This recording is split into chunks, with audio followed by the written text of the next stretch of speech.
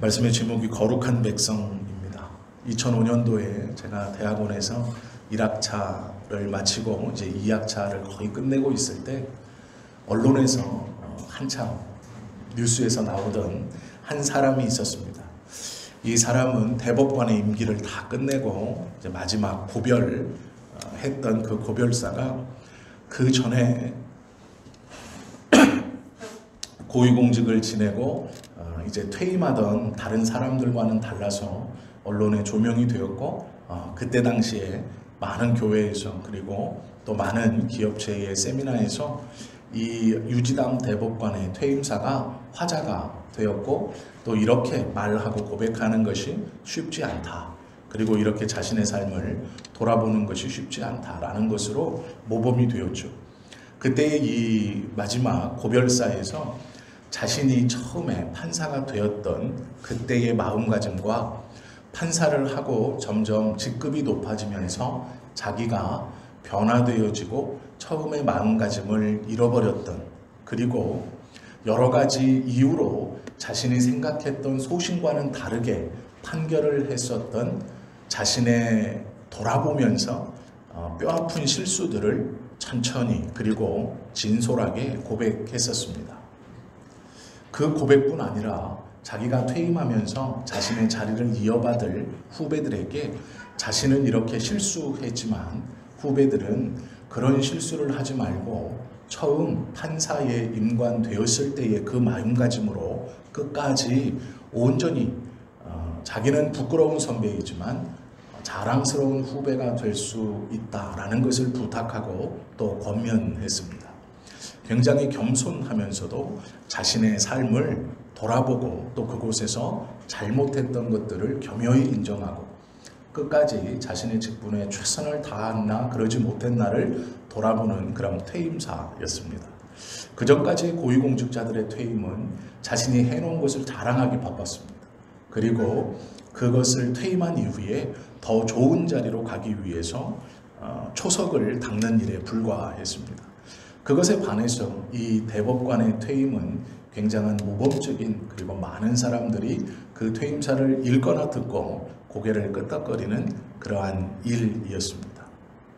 왜 제가 이 말씀을 드리냐면 우리가 성도로서 언제나 이 성도의 직분을 기억하고 지키며 살아가야 하지만 우리의 삶에 있어서도 가끔씩 성도라는 것을 잃어버리고 하나님께서 우리에게 주신 직분들을 잊어버리고 또 내 스스로 그 직분에 어울리지 않는 일들을 자의로 타의로 행하면서 살아가는 모습이 있다라는 것이죠. 세상에서의 직분을 가진 사람도 자신의 삶을 돌아보고 고백하면서 자신의 옳음과 또 잘못한 것을 인정하고 말합니다. 우리가 성도로서 하나님 앞에 받은 직분을 어떻게 소화하고 생각하고 있는가, 오늘 본문은 그것에 대한 이야기입니다. 본문의 출발은 너희는 너희 하나님 여호와의 자녀이다 라고 말합니다. 하나님께서 우리를 자녀 삼았다라는 것이 우리의 신분입니다. 그리고 이렇게 말하면서 뜬금없이 무엇라 말씀하시냐면 죽은 자를 위하여 자기 몸을 베지 말며 눈썹 사이에 이마 위에 털을 밀지 말라 말씀하십니다. 하나님의 자녀인 것과 죽은 자를 위하여 살을 베는 것과 눈썹 사이에 털을 미는 것이 무슨 관계가 있을까? 신명기는 뜬금없이 하나님의 자녀인 너희는 살을 베지 말고 눈썹 사이에 털을 밀지 말라 이렇게 권면합니다.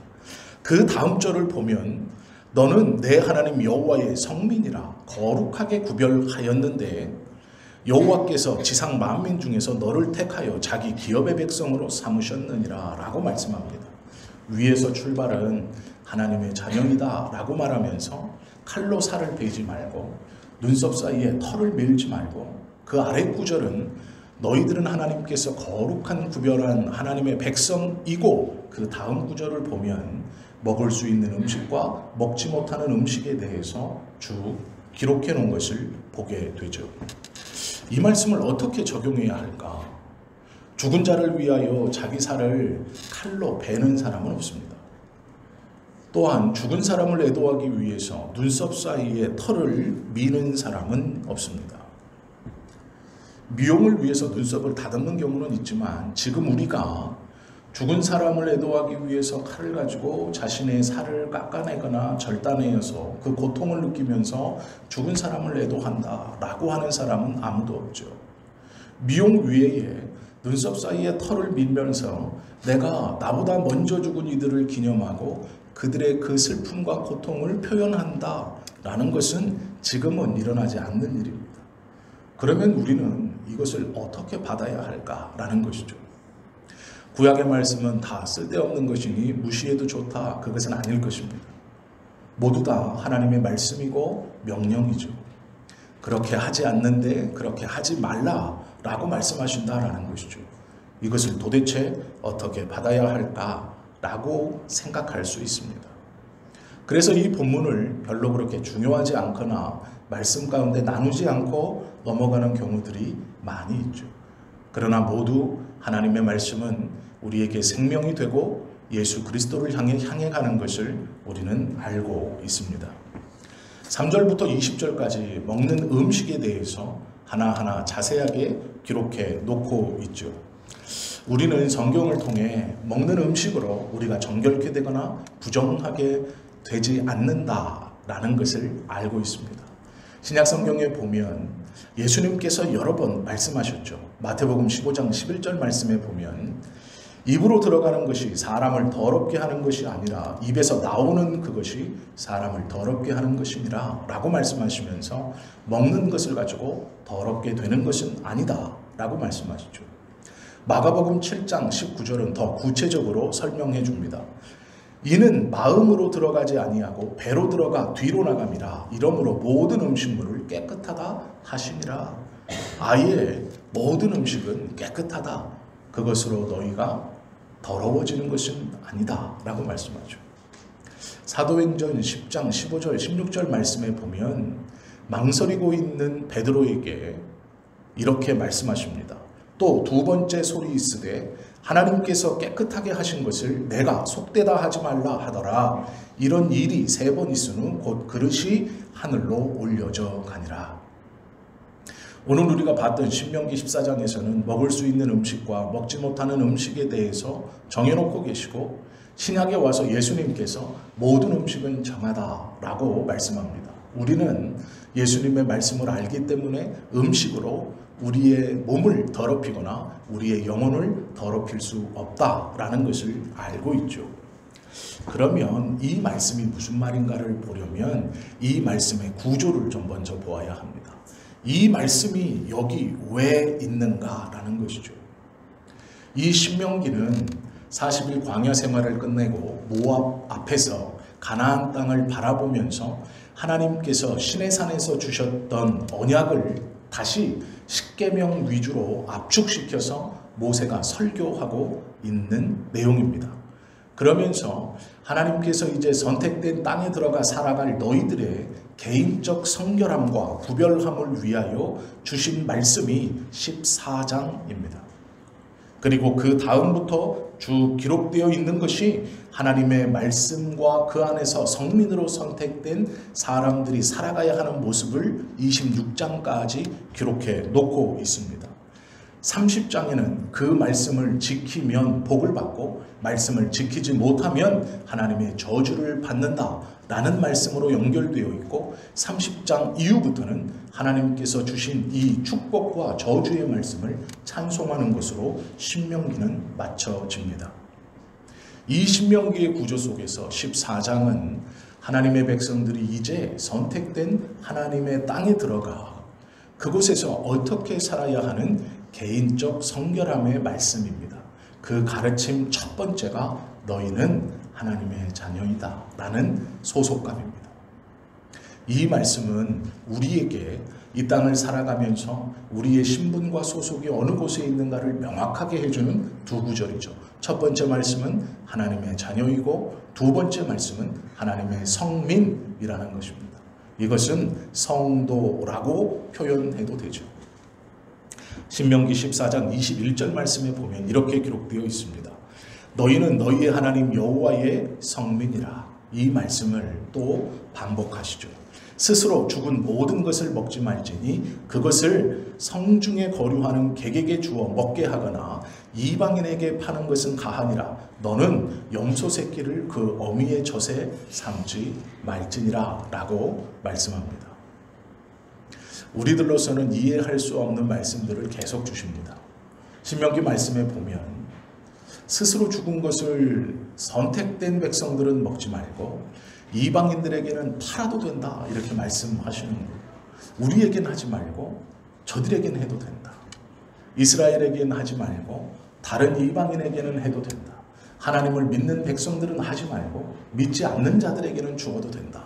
이렇게 말씀합니다. 그리고 놀라운 것은 이 신명기에서 정하고 부정한 음식을 나누는 것들을 가만히 보면 불명확하게 둥구스름하게 말씀하시는 부분들이 있습니다. 특별히 새해에 관한 말씀이 그런 겁니다. 어떤 것을 먹어라 라고 말씀하진 않으시고 어떤 것이 부정하다. 그리고 몇 종류 부정한 새를 적어 놓았습니다. 또한 이 신명기 말씀보다 더 자세하게 기록해 놓은 레위기에 보면 날개가 있고 네 발이 있고 이 네 발로 기어다닐 수 있는 것은 먹을 수 있다 이렇게 정리했습니다. 어떤 종류인지는 말씀하지 않았다라는 것이죠. 하나님께서 우리에게 성결을 요구하실 때 이렇게 해라 저렇게 해라 정확하게 기록해 놓았다면 구별하기가 쉽죠. 그것만을 먹고 먹지 말라 하신 것은 먹지 않으면 성결하게 되는 것이기 때문이죠. 이것은 어쩌면 지키기 더 쉬운 하나님의 말씀일지 모릅니다. 우리가 하나님의 자녀라고 거룩하게 말씀하셨고 너희는 구별된 하나님의 성민이다라고 말씀하시면서 그 자녀와 거룩한 이스라엘 백성들 하나님을 믿는 자녀들이 먹을 수 있는 것 먹을 수 없는 것을 너무도 정확하게 명확하게 이것은 먹어라 이것은 먹지 마라 하늘에 돌아다니는 것 땅에 기어다니는 것 바다에 헤엄쳐 다니는 것을 종류별로 적어 놓으셨다면 그것만을 먹고 그것만을 먹지 않으면 됩니다. 그러나 이 본문의 말씀을 가만히 읽어보면 부정한 것의 대표적인 몇 종류는 기억해 놓으셨지만 정하다고 말씀하시는 종류들을 기록해 놓지 않았습니다. 또한 이 경계가 굉장히 애매합니다. 그리고 신약에 와서는 이렇게 정해놓은 모든 것들도 정하다 말씀하십니다. 그러면 오늘 신명기 14장을 어떻게 받아야 할 것인가? 그것이 중요하죠. 데살로니가전서 4장 7절 8절에 보면 이렇게 기록되어 있습니다. 하나님이 우리를 부르심은 부정하게 하심이 아니요 거룩하게 하심이니 그러므로 저버리는 자는 사람을 저버림이 아니요 너희에게 그의 성령을 주신 하나님을 저버림이니라 라고 말씀합니다. 나를 부르셨다는 것, 내가 하나님의 자녀라는 것, 나를 거룩하게 구별하셨다는 것, 그리고 뜬금없이 먹는 문제가 무엇인가 그것도 자세하게 아니고 두리뭉실하게 기록하시고 나쁜 것은 이것이니 이것은 부정한 것이다. 정한 것은 이런 형태의 특징이 있다 라고만 말씀하시는 이게 어떤 의도인가 라는 것이죠. 이스라엘 백성들의 입장에서 이 말씀은 굉장히 어렵고 난해한 말씀입니다.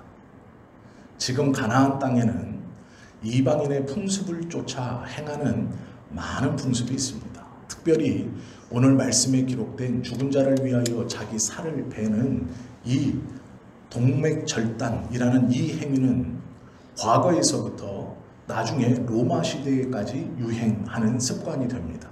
풍습이 됩니다. 특별히 로마의 군인들은 자신과 함께 속해 있던 소대원이 죽으면 그 소대원의 이름을 자신의 군단 이 문신 아래에 그 사람의 이니셜을 새겼습니다. 그래서 그 사람의 죽음을 애도했습니다. 이것의 출발은 과거 죽은 자를 애도하기 위해서 자신의 살을 자신의 칼로 스스로 찢어 피를 내며 그의 죽음을 애도하던 것이 전통이었습니다.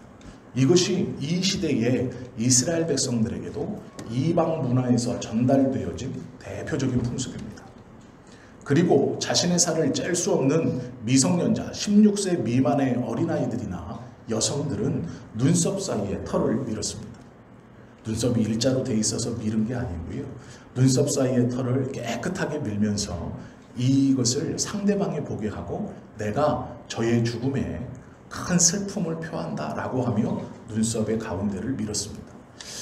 눈썹을 민다는 건 내가 그 슬픔에 큰 희생과 공감합니다라는 전통적인 표현이었습니다. 하나님께서 이 이방인의 풍습을 하지 말라 말씀하신 것이죠. 너희는 나의 자녀라, 너희는 나의 성민이라 라고 말씀하시면서 이방인의 풍습을 따라하지 말라 말씀하시는 것이죠. 다르게 살아야 한다라는 것입니다. 구별되어 살아야 한다라는 것이죠. 이 의식적 정맥 절단 행위를 금지하셨고 고대 근동에 유행했던 아수르, 로마, 페르시아까지 이어져 내려오던 이 전통들을 하나님은 지키지 않아도 된다라고 말씀하셨죠.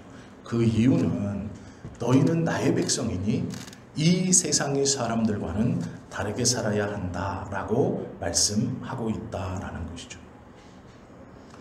우리가 하나님의 백성으로 하나님의 자녀로서 충분히 인식해야 되고 마음에 품고 있어야 되는 것이 있습니다. 그것이 무엇이냐면 내가 이것을 하면 정결케 되고 내가 저것을 하면 부정하게 된다라는 자의식보다 먼저 우리 안에 기본으로 있어야 할 것이 무엇이냐면 우리의 마음입니다. 무엇을 먹어 부정하게 되는 것이 아니다 라는 이 말씀처럼 내가 무엇을 행하고 행하지 않는다 하여서 정하고 부정하게 되는 것이 아니다 라는 것이죠. 하나님의 말씀을 그대로 받으면 어떤 것이 되냐면 너의 마음이 먼저 중요하다라는 것이죠. 정한 것을 먹고도 마음이 부정하면 부정한 자가 되는 것이고 부정한 것을 먹고도 마음이 정하면 정한 것이다 라고 말씀한다라는 것이죠. 디모데전서 4장 4절 5절은 이렇게 말합니다. 하나님께서 지으신 모든 것이 선함에 감사함으로 받으면 버릴 것이 없나니 하나님의 말씀과 기도로 거룩하여 짐이라. 단순히 먹는 문제가 아니라 우리가 살아가는 모든 문제가 또한 그렇습니다. 어떤 분들이 이렇게 묻고 질문합니다. 목사님, 가난하게 사는 것이 부유하게 사는 것보다 하나님의 나라에 들어가기가 쉬운 것이죠. 건강한 것보다 조금은 연약한 것이 하나님 앞에 나아가기가 조금 더 좋은 것이죠.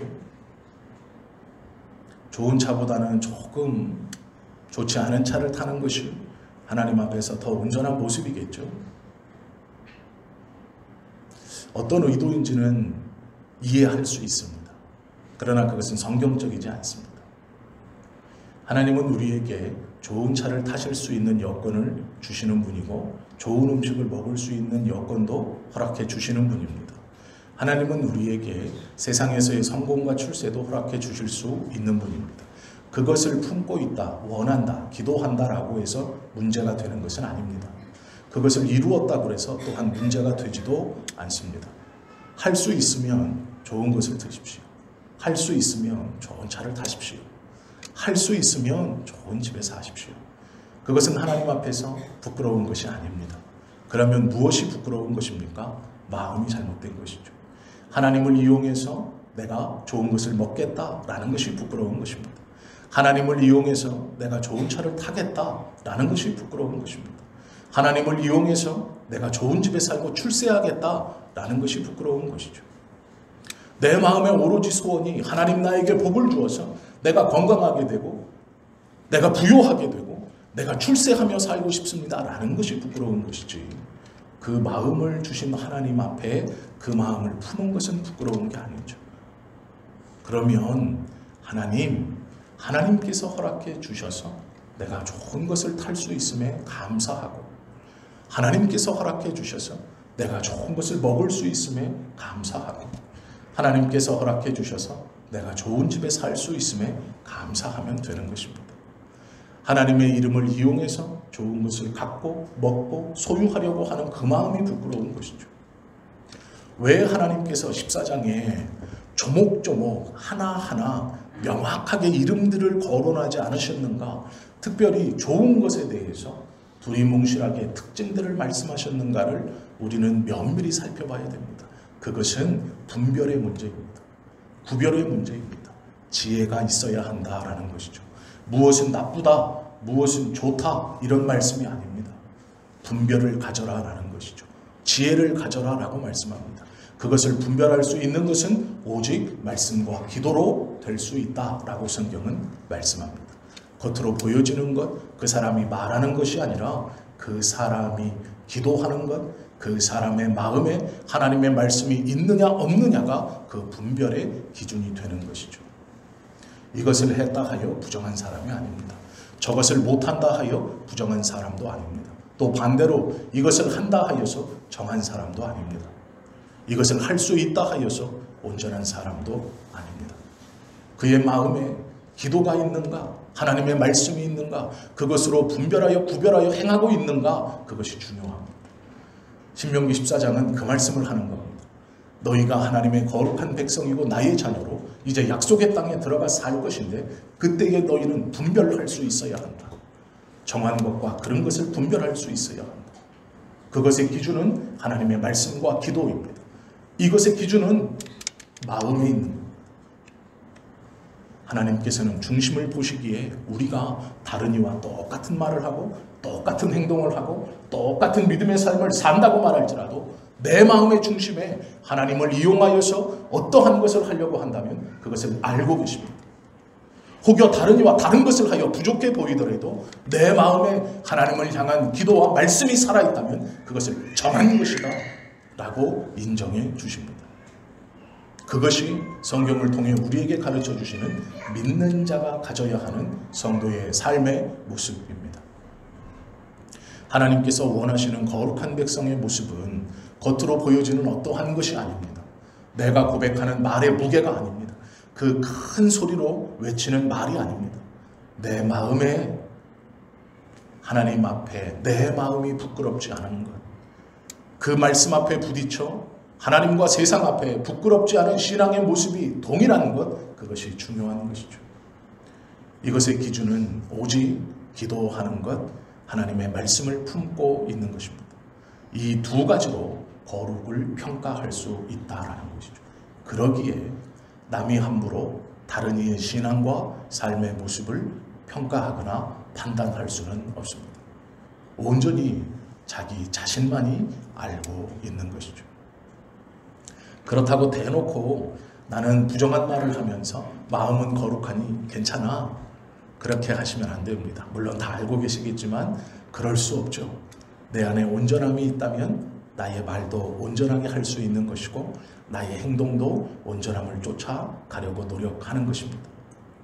나의 마음에 부정함이 있다면 어느 순간까지는 말을 온전하게 할 수 있고 행동을 따라갈 수는 있지만 온전히 그 말과 행동과 함께 일치하는 삶을 살아갈 수 없음은 자명합니다. 우리 안에 하나님의 말씀이 없다면 분별력이 사라집니다. 우리 안에 기도가 없다면 그 말씀을 붙들고 살아갈 수 있는 원동력이 사라집니다. 그러므로 어느샌가 나의 습관처럼, 내 판단처럼, 내 행동처럼 과거 그대로 이거면 됐고 이만하면 됐다라고 생각하고 행동하게 된다라는 것이죠. 그러면서 스스로 자기 만족을 합니다. 과거보다 내가 조금 더 좋아졌고 예배에 참석하는 횟수가 올라갔고 하나님의 말씀을 읽는 횟수가 올라갔으니 나는 더 거룩해졌을 것이고 나는 더 온전해졌을 것이고 나는 하나님께서 원하시는 성도의 삶으로 바꿔갈 수 있을 것이다 라고 스스로 만족하며 살아간다라는 것이죠. 신명기 14장은 그 말씀입니다. 옳고 그름에 대한 거룩함과 거룩하지 않음에 대한 분별력을 가져라. 그 분별력은 하나님의 말씀을 품고 있는가 그리고 기도하고 있는가로 결정되어진다라는 것이죠. 저마다 살아가는 모습은 다 다릅니다. 유혹의 크기도 다 다릅니다. 어떤 이는 돈에 대해서는 강하지만 명예와 평판에 대해서는 약한 사람이 있습니다. 또 어떤 이는 반대로 명예와 평판에 대해서는 강하지만 돈에 대해서 약하실 수도 있습니다. 그것은 그 사람의 마음에 있어 하나님과 세상 앞에 어떤 마음으로 다가가느냐, 어떤 마음으로 나아가느냐의 차이입니다. 그러므로 나와 다르다고 해서 한 사람의 신앙을 함부로 평가해서는 안 됩니다. 또 내 스스로의 신앙을 다른 이와 비교하여서 평가해서도 안 됩니다. 겉으로 보여지는 것이 중요한 것이 아닙니다. 물론 그것을 무시할 수는 없지만 그것이 아니라 진정한 하나님의 백성은 말씀에서 가르친 대로 하나님의 말씀을 품고 있는가 그리고 기도하고 있는가로 결정되어지는 것이죠. 하나님도 그것을 원하신다라는 것이죠. 시간을 낭비한 후에 돌아보시면 늦습니다. 오늘 우리가 이 말씀을 함께 읽고 예배 가운데 함께 나눌 때에 우리의 삶을 돌아봐야 합니다. 내가 성도로서 구별된 삶을 살고 있는가? 하나님의 자녀로, 하나님의 성민으로 기도하며 말씀을 쫓아 지혜롭게 행하고 있는가? 저 사람이 신앙의 모범이 되니 저 사람의 겉모습을 따라가면 되겠지. 저 사람이 철야에 가고 수요 예배에 가고 새벽 예배에 가고 저 사람이 집에서 아이들을 밥상머리에 앉혀놓고 성경을 읽는다 하고 기도한다 하니 나도 그렇게 따라하면 저 사람이 하나님 앞에 받는 복과 저 사람의 삶을 살아갈 수 있겠지. 아닙니다. 그것은 오래 할 수도 없을 뿐더러 하나님의 은혜의 열매를 맛보는 삶이 아닙니다. 저 사람이 아니고 하나님께서 내 마음에 온전함 가운데 행하게 하시는 대로 내 마음에 진실로 하나님의 말씀을 사모하고 예배를 사모한다면 그 사람과는 상관없이 하나님 앞에 어디서든 기도할 수 있고 하나님 앞에 어디서든 예배할 수 있습니다. 누구와 비교하기 시작한다면 내 안에 하나님의 말씀과 기도가 사라진 뒤라는 것이죠. 지금도 누구를 쫓아 누구 때문에라면 그것을 빨리 돌이키셔야 됩니다. 성도로서 분별력을 잃어버린 것이죠. 정확히 말하면 거룩한 삶을 잃어버린 것입니다. 어떤 행동을 하는가 하지 않는가는 중요하지 않습니다. 우리의 마음에 하나님의 말씀이 있는가, 내가 기도가 있는가 라는 것이 중요하다라는 것이죠. 신명기는 그것을 가르치는 것입니다. 특별히 14장은 거룩한 것과 부정한 것을 말씀해 놓고 이 말씀을 아무리 읽어도 어떻게 이것을 받아야 하는가를 애매모호하게 기록해 놓으셨습니다. 분명한 것은 세상을 본받지 마라. 이방인들의 삶을 본받지 마라. 그리고 너희는 나의 자녀이고 나의 백성이니 거룩한 분별력을 가져라. 그것은 오직 말씀과 기도로 이루어질 수 있다라는 것이죠. 성경에서 우리에게 말씀해 주시는 이 말씀을 분명히 기억할 때 하나님께서 원하시는 믿는 자의 삶을 살 수 있는 것이죠. 하나님께서 구별해 놓으신 거룩한 백성, 그것이 우리의 신분입니다. 그렇다면 그 신분에 합당하게 사는 것이 중요합니다. 그것은 우리의 마음에 말씀이 있는가, 기도가 있는가라는 것이죠. 누가 하기에 순서가 그래서 그것이 아니라 정말로 하나님의 은혜에 대한 갈망과 거룩에 대한 소망이 있다면 어느 곳이든 언제든 주님의 말씀을 붙들고 기도할 수 있는 성도가 되어야 합니다. 그것이 거룩이고 하나님께서 원하시는 믿는 자의 삶의 모습입니다. 바라고 원하기는 우리 모두가 이 거룩을 회복하고 하나님의 말씀을 마음에 품고 기도하며 하나님이 원하시는 지혜로운 삶을 이 마지막 때에 살아가실 수 있기를 예수님의 이름으로 축원합니다. 기도드립니다.